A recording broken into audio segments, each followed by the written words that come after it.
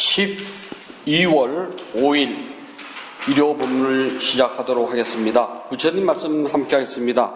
수단이 빠따 셀라의경 30번 개성입니다. 그러면 누가 당신의 장군입니까? 그렇다면 누가 당신의 장군입니까? 스승을 따르는 제자는 누구입니까? 스승을 따르는 제자는 누구입니까? 이미 굴려진 가르침의 바퀴를 누가 당신의 뒤를 이어 굴릴 것입니까? 이미 굴려진 가르침의 바퀴를 누가 당신의 뒤를 이어 굴릴 것입니까?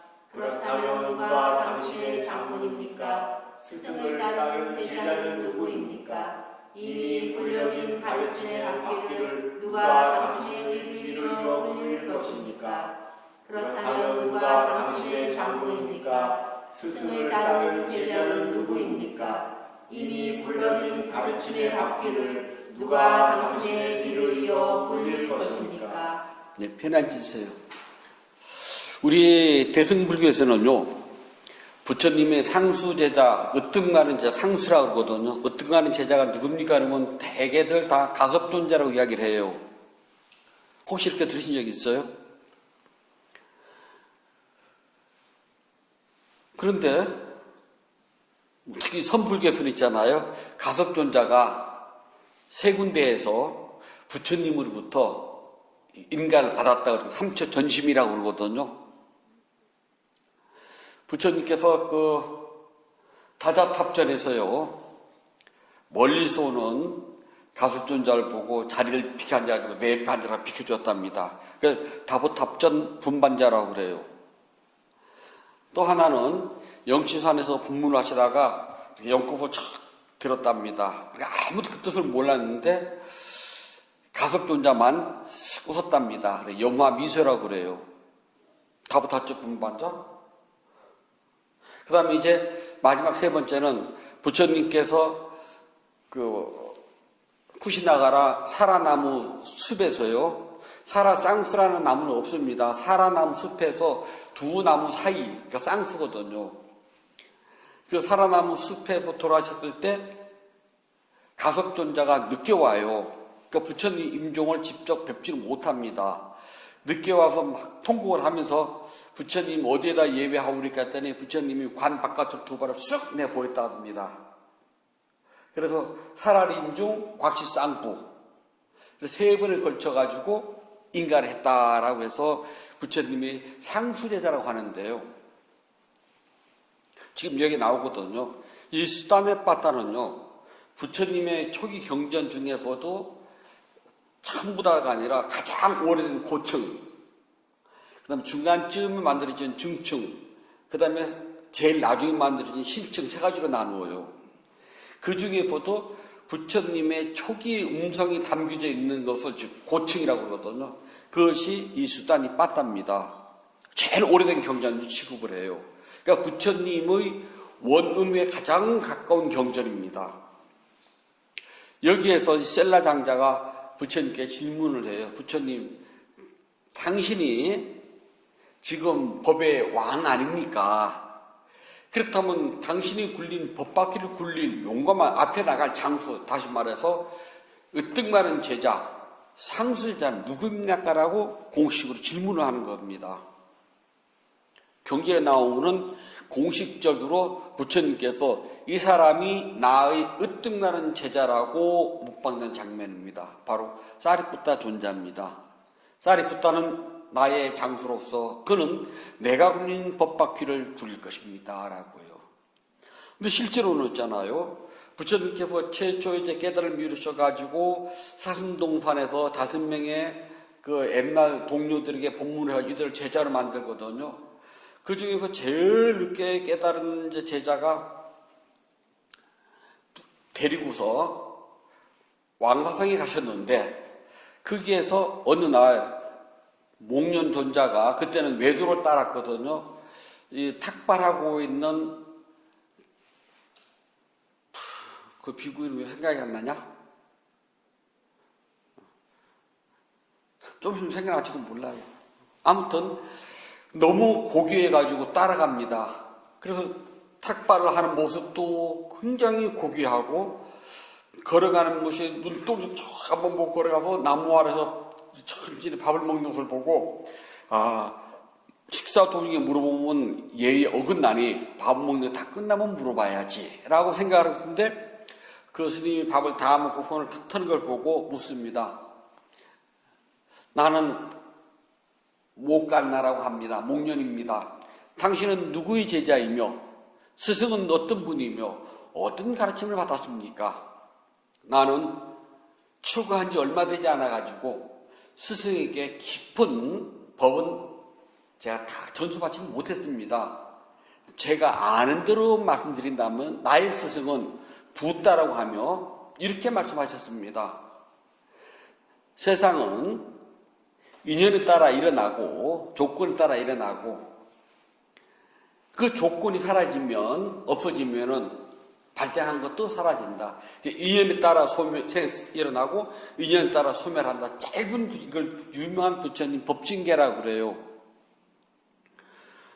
인도 성지순례를 하면은 이제 사슴동산에 가게 되면은 최초의 5명을 만났던 영불탑이 있고요. 거기서 조금 떨어졌어요. 한 200m쯤 가게 되면은 최초의 법문하신 탑이 있습니다. 사르나트 대탑이라는데, 거기에서 탑을 이제 막 헤쳤을 때 분했을 때 나온 게 뭐냐 하면은 부처님 사례가 나온 것이 아니라 최초의 이 가르침, 모든 건 인연에 따라 발생하고 인연에 따라 소멸한다는 이것만 금판에 적혀 있어요. 그리고 법진탑이라고 그래요.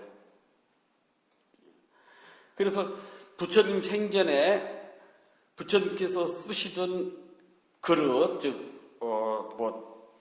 바루, 지팡이, 물병, 가사, 그런 걸 모신 탑이 있고요. 부처님의 손톱, 발톱, 머리카락을 모신 탑이 있고요. 부처님 돌아가신 후에 그 육을 모신 탑이 있고요. 그러니까 부처님 몸에서 나온 머리카락, 손톱, 발톱에 모신 탑, 그 다음에 부처님 사용하셨던 물건들 모신 탑, 그리고 부처님이 돌아가신 후에 화장에서 나온 유물, 유골, 뼈를 모신 탑, 그리고 불상을 모신 탑. 왜냐하면 이걸 세 가지 구하기 힘들잖아요. 그래서 대신 불상을 조각을 해가지고 모셨어요. 그 다음에 마지막은 아까 말씀드린 모든 인연 따라 일어나고 인연 따라 사라진다는 요걸 써서는 탑, 법신탑. 그래서 탑은 모두 5가지로 나누어요. 그게 모셔져 있답니다. 그래서 그걸 딱 듣는 순간 목련존자는 수다원의 도와 가를 딱 깨달아요. 대단하시네. 그걸 듣자마자 딱 깨달았으니까요. 그리고 돌아가서 사리푸타가 같은 고향 사람이거든요. 가서 이야기를 해요. 내가 오늘 고귀한 붓다의 제자를 만났는데 이런 가르침을 들었다. 근데 목련존자는 그걸 듣는 순간 다 깨달았다 그러잖아요. 사리푸타는 좀 늦어요. 그래서 둘이 출가를 해서 열심히 공부를 해가지고 얼마 안 있어서 사립을 존재하는 아라한의 도와 가를 완전히 깨닫습니다. 부처님과 같이요. 근데 목련존자 조금 늦어요. 먼저 갔지만 늦거든요. 그래서 부처님께서 늘 나의 법왕자, 부처님 법왕이니까 그 왕자가 이어받잖아요. 나의 법왕자는 사리불이고 나의 법장군은 목련이다라고 늘 말씀하십니다. 그러니까 제자들이 묻습니다. 왜 그렇습니까? 그러니까 도에 먼저 들어간 것은 목련존자잖아요. 비록 수다원이지만. 그래서 부처님께서 이렇게 말씀하십니다. 왕이 길을 갈 때는 누가 먼저 앞서가느냐? 그랬더니 장군이 먼저 가서 길을 틉니다.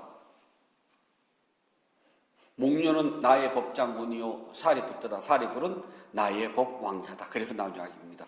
이 셀라경에서는 부처님의 후계자가 누굽니까? 라고 묻는 장면입니다. 부처님께서는 한마디를 말씀하십니다. 나의 후계자는 사리불입니다. 라고요. 아주 경제는 똑 떨어지게 나와요.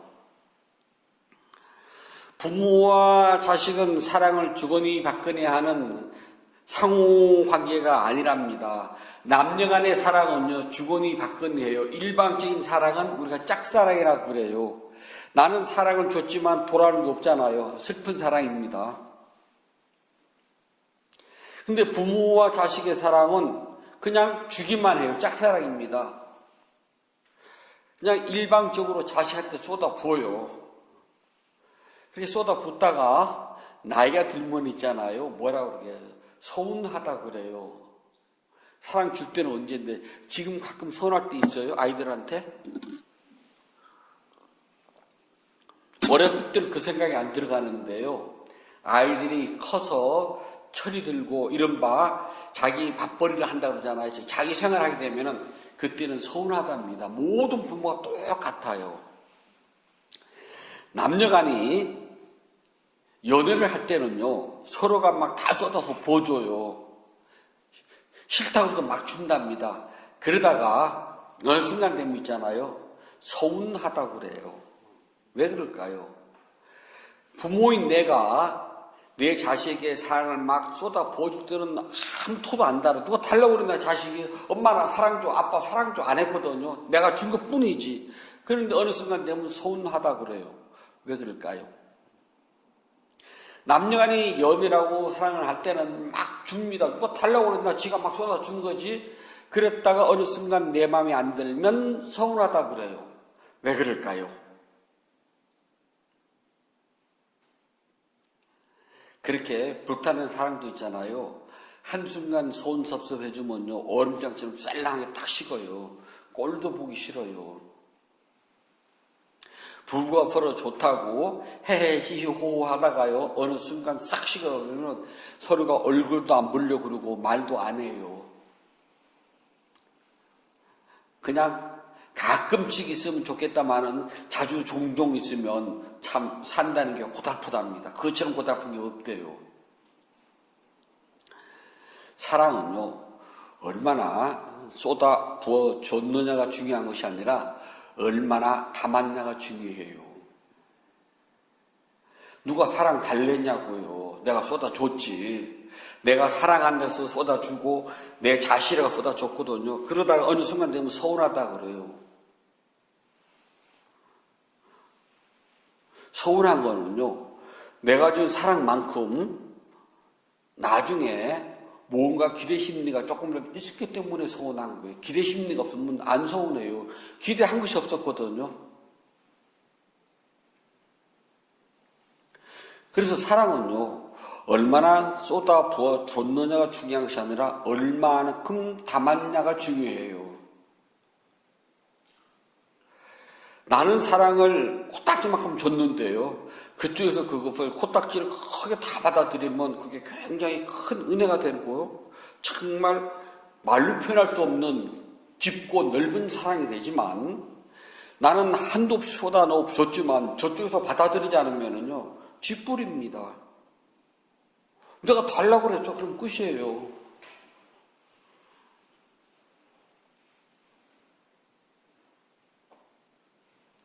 도와달라고 할 때는 뭔가 간절했기 때문에 도와달라고 그러거든요. 내가 우리 가족, 친구, 누구한테든지 이것 좀 도와줘 그럴 때 꼭 필요할 때 도와달라고 그래요. 하다못해 내가 지금 사다리를 타고 올라와서 못을 박을 때 나 이것 좀 도와줘. 그래서 와가지고 뭐 좀 사다리 좀 잡아줘 그랬어요. 이 사람이 사다리를 잡음으로써 나는 사다리 위에서 안전하게 작업을 하거든요. 내 생명을 담보로 했어요. 그때 퇴사 줄 수 있지 뭐. 그러면 별것도 아닌데 정말 고마운 거야. 내 생명을 담보해 줬으니까 틀려지는 겁니다. 그런데 누가 길 가다가서 툭 잡아주면은요, 고마워 그러지만은 내가 해달라고 그랬냐고요. 못 느껴요. 하지만 낯선 저 사람이 내가 올라가서 위태 할 때 사다리를 잡아 참 고마워. 얼굴도 모르고 이름도 기억나지 않지만은 그 고마움이 남아 있어요.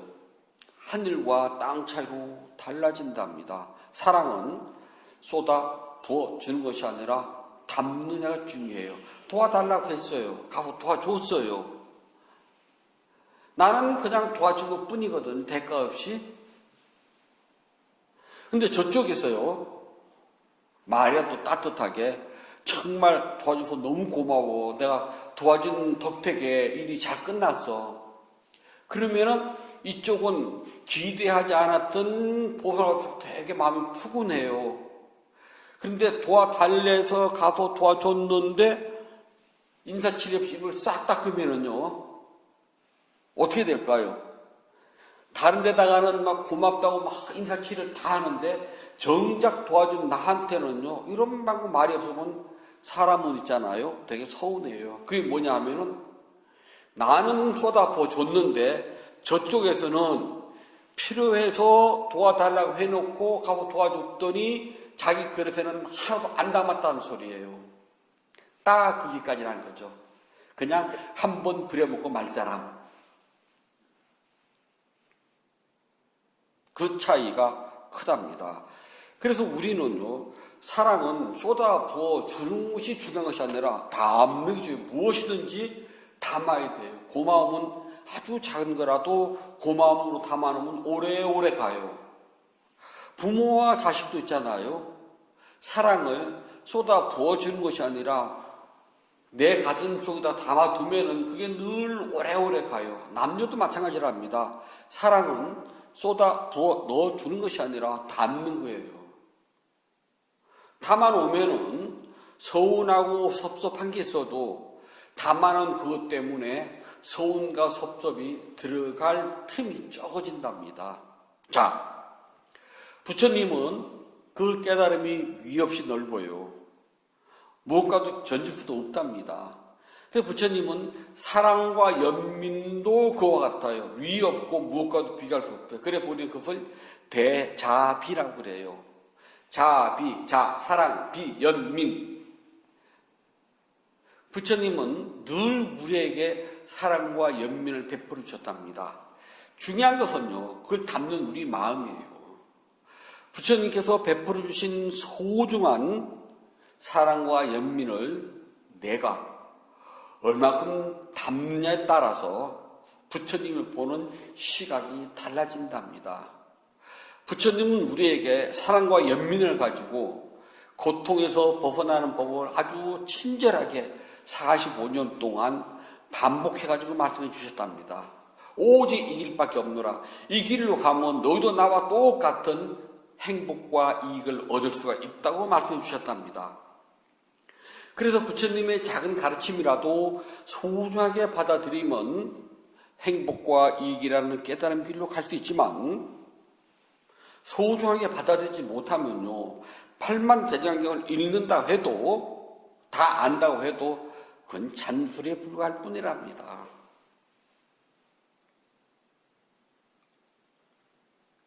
부처님은 우리에게 족쇄를 끊는 5가지 특별한 기능을 가르쳐 주셨어요. 지난 시간에 말씀드린 대로 5근을 말씀한다 합니다. 깨닫기 위해서는 이 5가지 특별한 기능의 힘을 잘 익히면 돼요. 익히지 않으면 깨달음 성취하기 힘들답니다. 그래서 깨달음 성취하기는 제일 먼저 견도, 도를 먼저 봐야 돼요. 왜 절에 벽화 보면 시무도 그런 거 나왔잖아요. 보면 견도가 나오잖아요. 마지막이에요. 사실 견도가 마지막이 아니거든요. 수행을 하는 사람은 제일 먼저 할 일이 뭐냐면 도, 법, 현상 똑같아요. 그걸 먼저 보는 걸로 시작을 해요. 그걸 보고 우리는 다르사나 막가라 그래요. 도를 보았다. 다르사나. 봐야 돼요. 보지 못하면 수행은 안 돼요. 그리고 우리 제일 먼저 일어남 사라짐 보잖아요. 봤더니 이게 단순히 호흡을 통해서 배가 부풀어 오르고 배가 꺼지는 것이 아니라 원인과 결과에 의해서 발생과 소멸하는구나라고 본 거랍니다. 최초로 도를 봐요. 즉 법을 본답니다. 현상을 봤어요. 이 현상이라는 것은 일어나고 사라지는 원인과 결과의 법칙을 나는 본 거랍니다. 이걸 먼저 봐야 돼요. 도, 법, 현상이라는 이걸 보지 못하면 수도, 바와나 수행이잖아요. 막가, 길이잖아요. 수행은 생기지 않아요. 도를 보지 못했는데 수행이 되겠습니까? 그때 하는 수행은 고달픈 여행이에요. 선방에서 20년, 30년 앉아 있습니다. 만약에 그렇게 수행하는 모든 이들이 견도, 도가 무엇인 줄 보고 난 다음에 수행을 하면은 20년, 30년 갈 일이 아니거든요. 기도를 한답니다. 기도도 복을 비는 행위면은 그냥 단순한 기도예요. 기복. 그것이 아니라 마음을 집중하는 수행이라고 한다면 기도를 통해서 제일 먼저 도를 봐야 돼요. 어떤 도를? 마음이 집중되는 도를 봐야 돼요. 마음이 집중할 수 있는 것을, 그 방법, 현상을 보게 되면은 기도를 해 나가는데 수월해요. 수도가.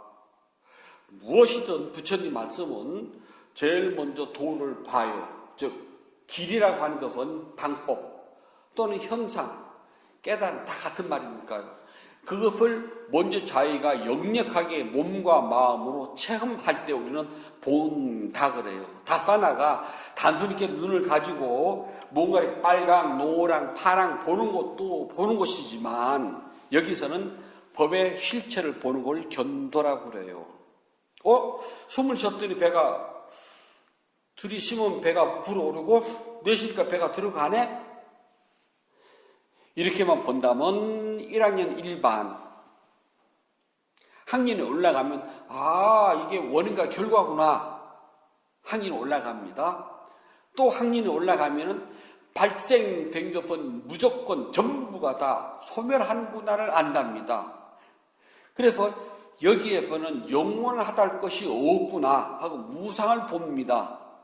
학년이 올라갔어요. 더 올라가면은 일어나고 사라지는 무상 속에서는 그 어느 것도 진실한 나, 참나, 자아, 진아, 주인공을 할 만한 게 없구나.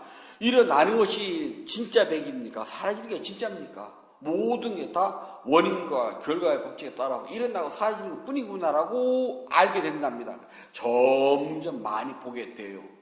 이렇게 견도라고 하는 것은 단순히 눈으로 보는 것을 말하는 것이 아니라 법의 현상, 법의 이치를 꿰뚫어 봅니다.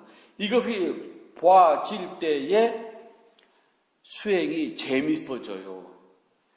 수행이 재밌어지려면은요, 견도가 되지 않으면 수행은 절대 재미가 없어요. 맛대가리가 없는데, 그야말로 딱딱한 마른 나무를 씹는 것과 똑같아요. 그걸 보고 무미건재라고 그래요. 무미, 맛이 없어요. 건조, 바짝 말랐어요. 마른 나무 막대를 씹는데 무슨 맛이 있겠습니까? 수행은 육포를 씹는 것이 아니라 마른 나무 막대를 씹는 것과 같아요. 근데 계속 씹다가 보면은 도를 본 사람은 이게 마른 나무 막대가 아니에요. 그 사이에서 일어나고 사라지는 진미를 봐요. 무수하게 많은 법의 현상들을 보게 된답니다. 견도.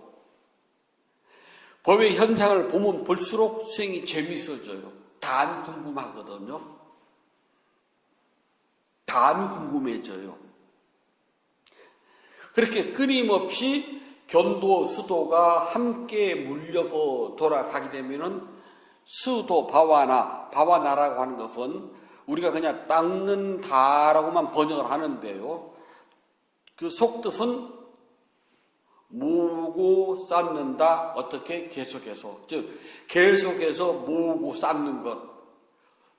수행이라고 하는 것은 한 번에 딱 끝나는 것이 아니라 계속 모으고 쌓고가 반복되는 거예요. 이렇게 계속 모으고 쌓고를 반복하다 보면은 어느 날 도를 깨닫게 돼요.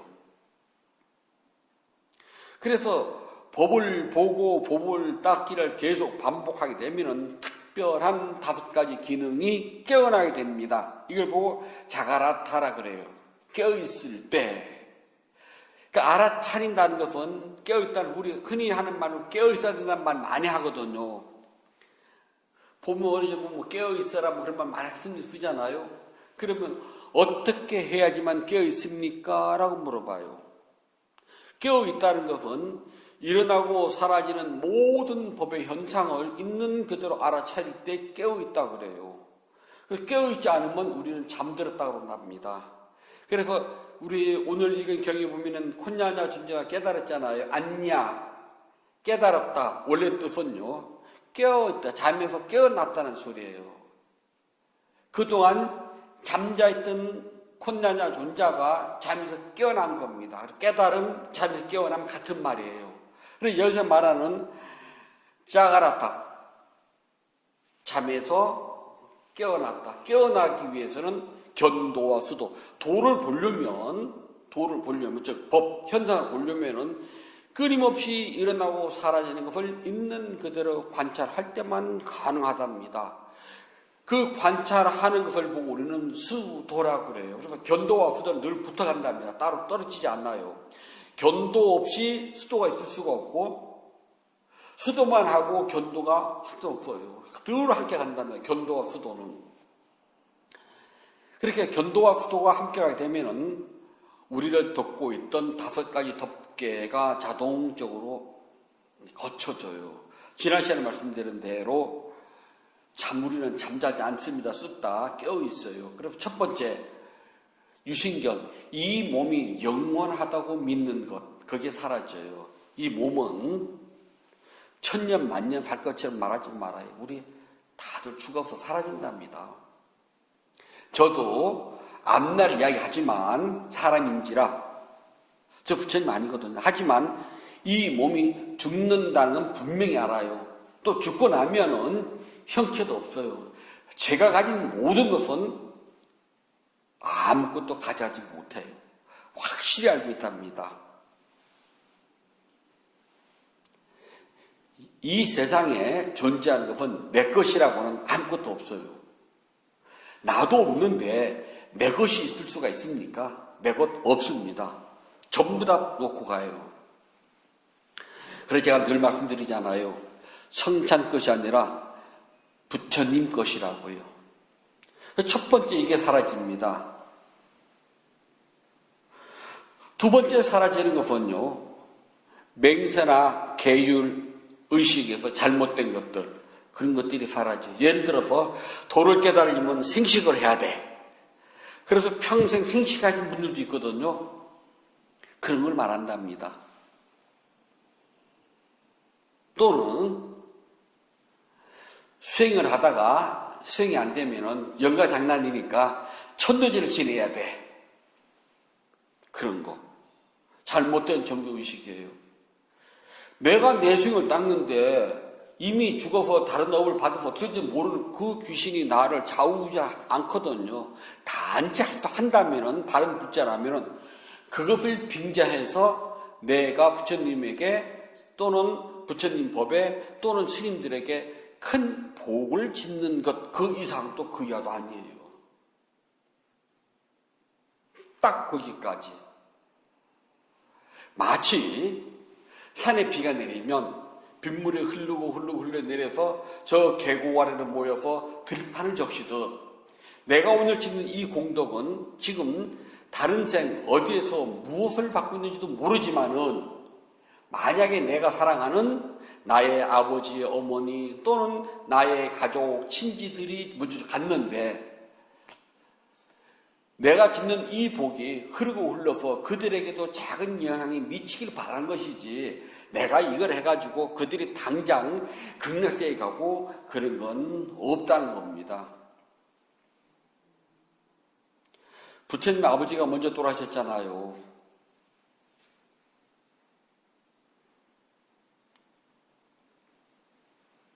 부처님이요. 아버지를 위해서 천도제를 지낼게 안 지낼게요.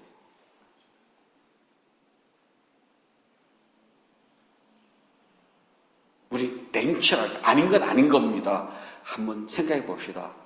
만약에 천도제를 지내가지고 죽은 사람이 좋은 세상을 간다면은 부처님 제일 먼저 하는 일이 아버지한테 했을 거예요. 부처님 아버지는 왕입니다. 왕은요, 자기 의사와 관계없이 죄인들을 죽이도 해야 되고요. 별거 다 해야 돼요. 좋은 일도 하지만 나쁜 일도 많이 하는 게 왕이거든요. 그렇다면 부처님은 아버지를 위해서 천도제를 지내냐고요.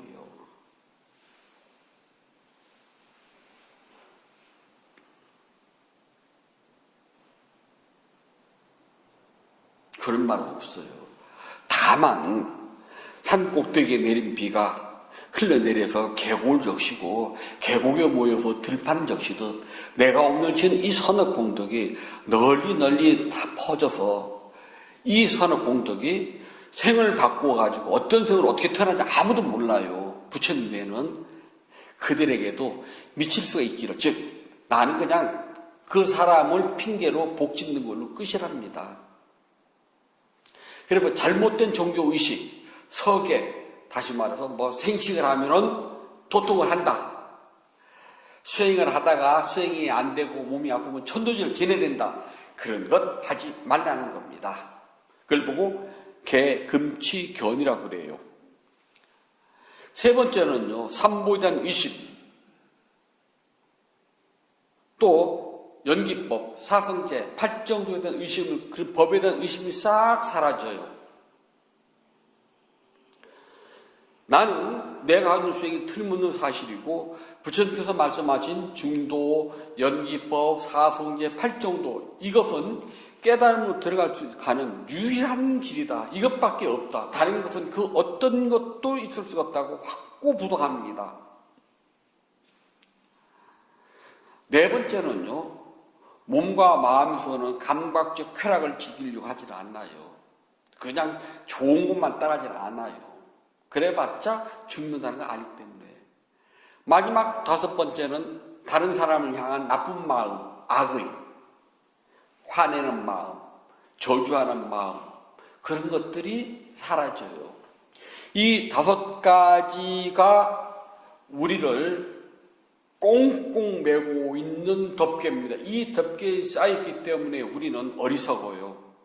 그래서 윤회가 되는 집착과 욕심을 버리지 못하고 시간이 가면 갈수록 집착과 욕심이 더 얼매게 되는데,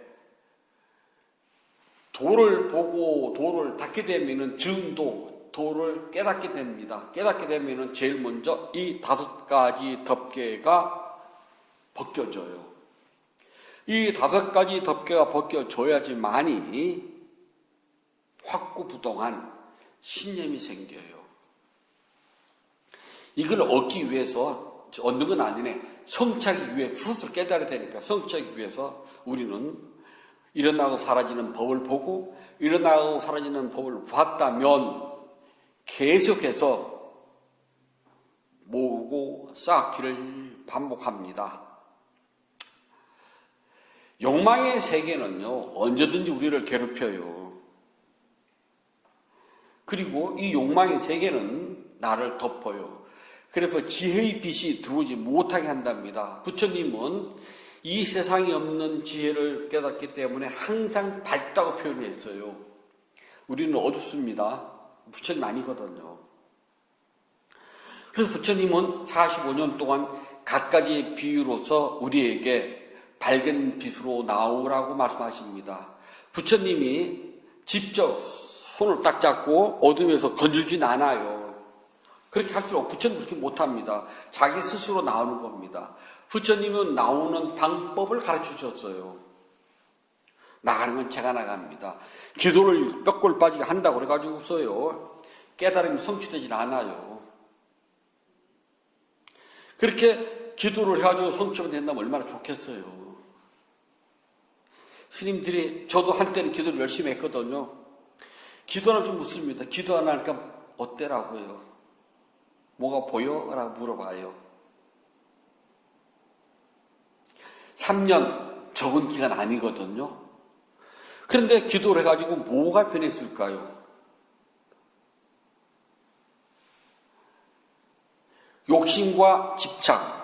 부처님은 갈애, 우리가 탕하라고 그래요. 탕하를 한문으로는 갈애라고 번역해요. 갈이 목마를 갈자고 애가 사랑이거든요. 정말 사막에서 심한 갈증이 나서 물을 애타게 찾는 것과 같은 마음, 집착입니다. 그 다음에 라가, 욕심, 욕망을 말해요. 그러니까 라가를 욕망으로 번역하거든요. 그러니까 집착과 욕심, 이 두 가지가 우리를 꽁꽁 감싸고 있어가지고요, 부처님이 밝은 빛으로 나아라고 해도 못 나오는 이유가 여기에 꽉 붙잡혔어요. 빚이 있는 걸 알지만은 이걸 못 놓는답니다. 놓으면 죽는 줄 알아요. 나도 안 죽거든요.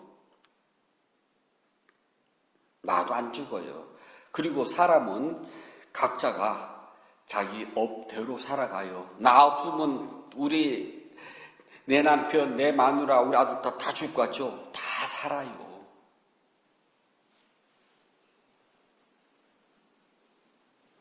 저를 봐요. 각자가 업이 달라요. 한 집안의 가족이라 그랬어요. 아버지, 어머니, 아들, 딸, 며느리, 사위, 업이 다 다릅니다. 업이 같으면 중생 아니게요. 그래서 부족한 것 서로 채워가면서 살아가요. 중생이거든요. 100% 완전 무결하면 뭐하러 결혼해 혼자 살지. 근데 부족하기 때문에 서로가 살아가면서 또 가족이 만들어지면서 또 서로가 채워가면서 살아간답니다. 이걸 보고 우리는 뭐라 그러냐, 부처님께서는 탕하라가, 즉 갈의 욕망, 집착, 욕심 같은 말입니다. 그것 때문에 못 놔요. 그래서 오히려 또 뭐라 그래요? 끈끈한 가족관계 그런답니다. 끈끈한 가족관계를 한꺼풀 덮이면은 집착, 욕심 두 가지예요. 집착과 욕심은요, 부처님께서 말씀하신 것과 반대가 되기 때문에 고통과 번뇌가 돼가지고 윤회의 길에서 벗어날 기약이 없답니다. 부처님은 우리에게 위없는 사랑, 가없는 사랑을 주셨는데 우리는 그 사랑을 담는 그릇이 작아요. 그래서 부처님의 사랑을 우리는 다 담지 못한답니다. 그냥 나 편리한 대로 집구리만큼 담아요. 부처님의 사랑이 부족한 것이 아니라 내 그릇이 작기 때문에 이만큼 담아요. 그러놓고 나서 난 뭐를 원망하냐면은 내가 그 절에, 내가 스님들에게 이러이러하게 이러이러한 걸 했는데 왜 내가 이런 일을 겪어야 돼? 왜 우리 가족이 불행하고 왜 우리 가족이 아파야 하며 왜 내가 이런 마음의 고통을 겪어야 돼? 그거 절에다 보시하고 스님들 잘하고 다 내가 지금 업은 같이 받아야 돼요. 부처님도 아프셨습니다. 기억하세요. 부처님도요, 탁발 나가서 주는 사람이 없어가지고 밥을 쩔쩔 굶으셨습니다. 기억하세요. 부처님도 돌아가실 때는요, 아프셨어요. 기억하세요. 우리 모두가 수없는 유래선 속에서 지어온 것은요, 내가 받아야 돼요. 그것은 관계없어요. 단 선업 공덕으로 있잖아요. 마치 부처님 이렇게 비유합니다. 짜디짠 소금물통에 물을 계속 붓는 것과 같다. 그래서 나는 이렇게 진하게 오랜 세월 동안 받아야 될 것을 짧게 금방 끝냈다. 이렇게 생각하시면 그게 도움받는 거. 딱 거기까지. 그렇게 생각하셔야 돼요.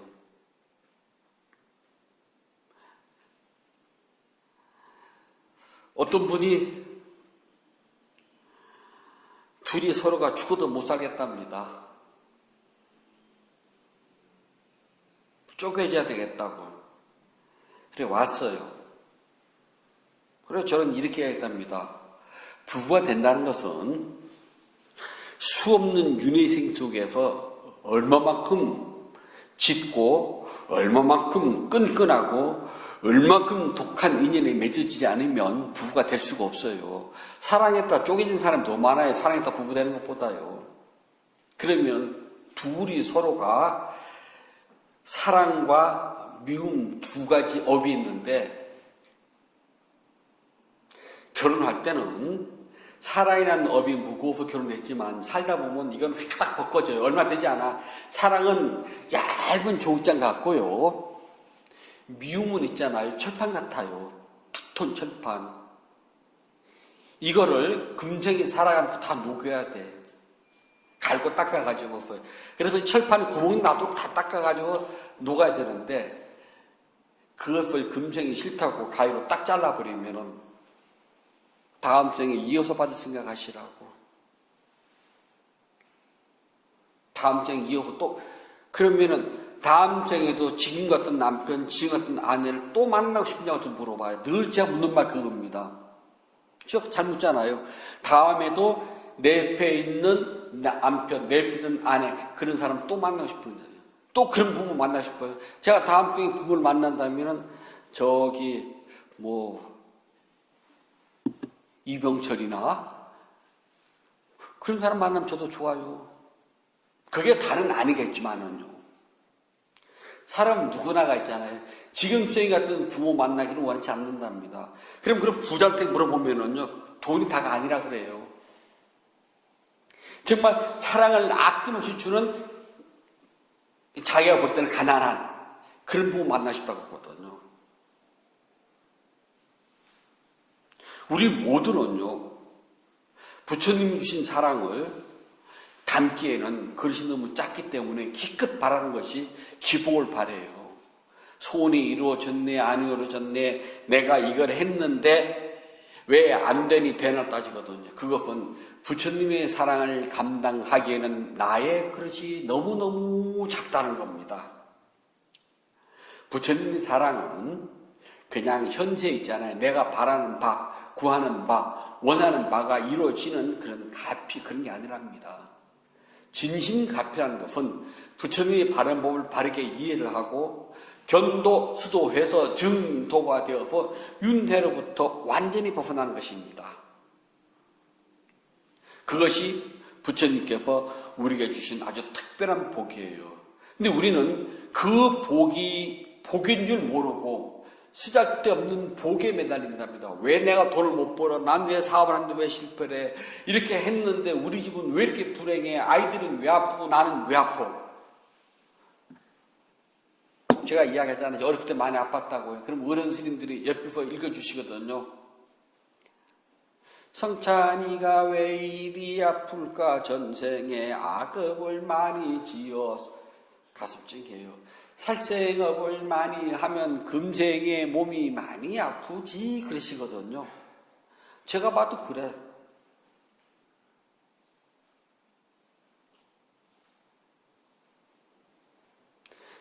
제가 전생에 남한테 나누고 베푼 인색했으니까 금생에 남이 나한테 주는 것이 인색할 수밖에. 내가 베푼 게 없잖아. 가진 게 뿐인데요.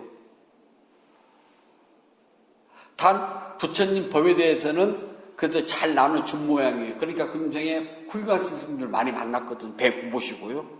가르침 받고. 그거 보면 또 그 복은 있어요. 이 복은 없어도 저 복은 있다니까요. 두 가지가 완전히 갖추면 얼마나 좋겠냐마는 그거는요. 가장 큰 복, 부처님 바른 법을 만나고 수행했다는 것. 그게 가장 특별한 복이랍니다. 불자들은 그 복을 바라세요. 그러면은 부처님의 가장 큰 복이 무엇인가를 알게 되고 나는 그 복을 100% 누리게 되는 것이랍니다. 그 외에요. 세상에 잘 먹고 잘 사는 복은 그거는 전생에 내가 지은 업도 중요하지만은 그것보다는 부처님의 바른 법을 만나서 깨달음을 반드시 성취해서요. 5가지 덮개가 벗겨지고 생사 윤회로부터 벗어나기를 바라십시오. 그것이 부처님이 우리에게 주신 가장 큰 복이고 특별한 복이랍니다. 부처님께서 말씀해 주셨습니다. 수다니빠따 셀라의경 13번 개송입니다. 셀라여 내가 굴린 위없는 바퀴 셀라여 내가 굴린 위없는 바퀴 위없는 가르침의 바퀴는 위없는 가르침의 바퀴 쌀이 붙다가 굴릴 것입니다. 쌀이 붙다가 굴릴 것입니다. 셀라여 내가 굴린 위없는 바퀴 위없는 가르침의 바퀴는 쌀이 붙다가 굴릴 것입니다. 셀라여 내가 굴린 위없는 바퀴 위없는 가르침의 바퀴는 쌀이 붙다가 굴릴 것입니다. 12월 5일 일요 법문을 마치도록 하겠습니다.